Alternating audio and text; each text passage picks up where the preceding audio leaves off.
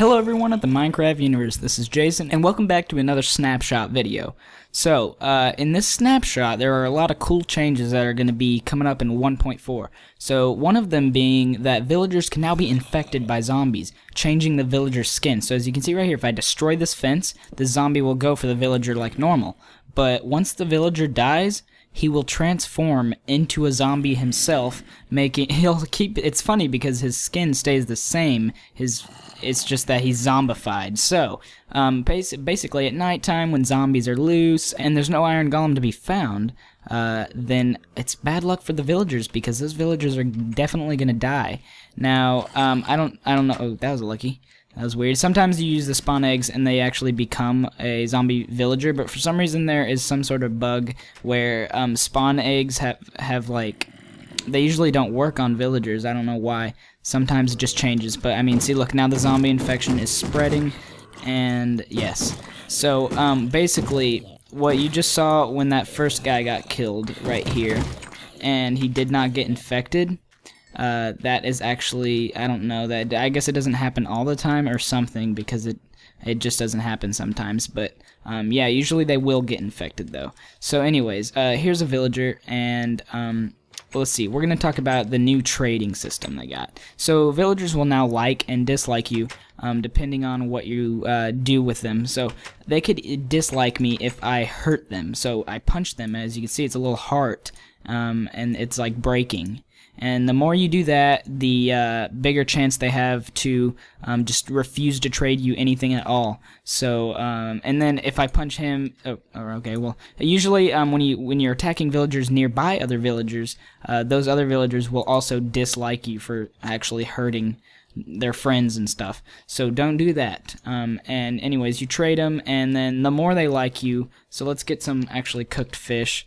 The more they like you, the better trades you'll get. So I just traded him so much fish, right? And then he should become bubbly. Okay, so he's got these green sparkles, which means he likes me now. So he's getting to like me. It's like the opposite of me punching him and those hearts coming up. So I get a new trade, right? And it's a pretty good trade, I guess. They probably really liked me for killing those zombies, because otherwise he might not have such a good trade. 1 emerald for 7 melons. It's okay, you know, it's food. So otherwise that could have been a really worse trade. So I trade him a little bit, let him like me some more, and he'll give me a new trade. Now that's a pretty good deal. 1 emerald for 8 cooked chicken, not bad. So that's how the trading is working with the villagers now.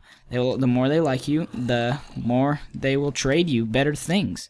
So zombies can not only infect villagers now, they can actually spawn with weapons or like a shovel, or they could also spawn with armor on, like gold armor or leather armor. And skeletons can also spawn with either one of those things. Well, skeletons of course have bows, but they can also spawn with armor as well. And when killing one of these guys, there's no chance that you will get armor from them.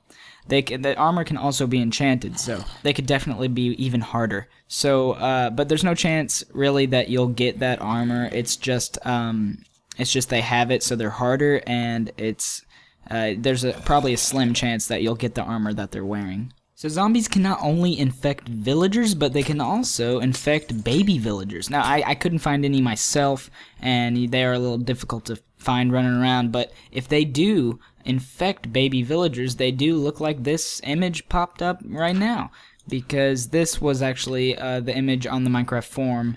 The link is in the description, and that is what they look like. So even little babies can become zombies. And there is a new unidentified block in the snapshot that whenever you stack up some emerald blocks, just like in this fashion, in a little pyramid, then you go over to miscellaneous and grab the work in progress block. It does not have a name yet. You place it right in the middle, and you'll see just a beam of light go directly straight up in the air, which is really cool. This could be used for, you know, finding your way back home, just whatever. So it's just a stream of light. Make sure you get some diamond or some sort of block that this block takes, and I'll just use diamond. And then when you right click the block, this little menu pops up, and you can actually pretty much do anything. So you got primary power and you got secondary power. So what you do is you pretty much put any sort of thing in here, and then you choose your power, and then you can choose speed, haste, resistance, jump boost, or strength. I'll do speed, I guess, and then it'll regenerate. So I put my diamond in, and then I say done, check. And then now, if you'll notice, I got speed on. Alright, so it's counting down from 8, and then once it gets down to 5, it resets. And that's because anywhere in this region of this beacon, I'll have speed forever. So this beacon goes straight up in the air, and I can just run at ultimate speed. So as you can see in third person, I'm going pretty fast. And then in first person, I still am going pretty fast. So the range of this beacon is out 32 blocks. So we're going to run out 32 blocks or somewhere around there, and you'll see it'll stop. So if I go here, it's actually counting down because I passed out 32 blocks. Now, I won't have speed anymore, I'll just be normal, but if I get back into its range, I'll suddenly have speed again, and that is because that is the power the beacon is set to. So, really, you could pretty much have a super powered just area where you're invincible. So let's get out of third person and go up here. So you can pretty much change your beacon anytime you want. So say I guess I'll power it up with diamond. What happens if I do an iron ingot? Let's grab it. There it is. Okay, so let's do an iron in there and try that. Still speed too. So right now these don't really matter, I guess. So let me see, emerald. Let's see if that changes anything.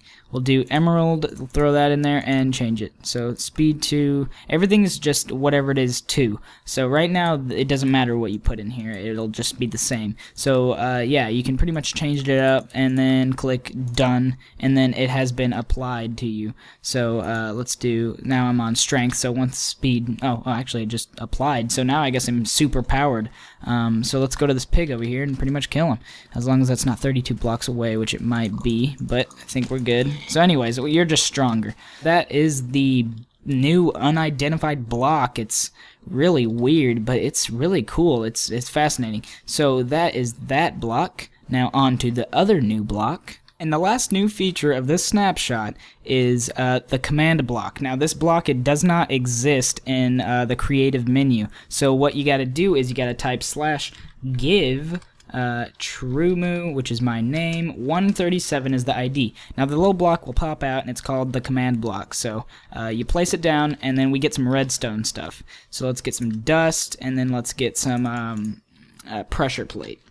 Let's get a pressure plate. And then we get our pressure plate and then we pretty much set it up with redstone. And we just do this and then set it down. Alright, now when we step on it, of course nothing happens. This is because you have to right click the block and then go into a console command and put whatever you want. So you could apply this command to a certain player, or you can do you could use a @P to target the nearest player, @R to target the random player, and @A to target all players, which is a really cool idea. I didn't know how he was going to do this when he tweeted out the picture of the command block. So what you do is you type /give, any command will work, and then say @P, which is the nearest player. Let's just do 1, which is stone. So when you step on this plate here, it should spit out of stone. So now I got a stone, and it says down there given Truemu stone.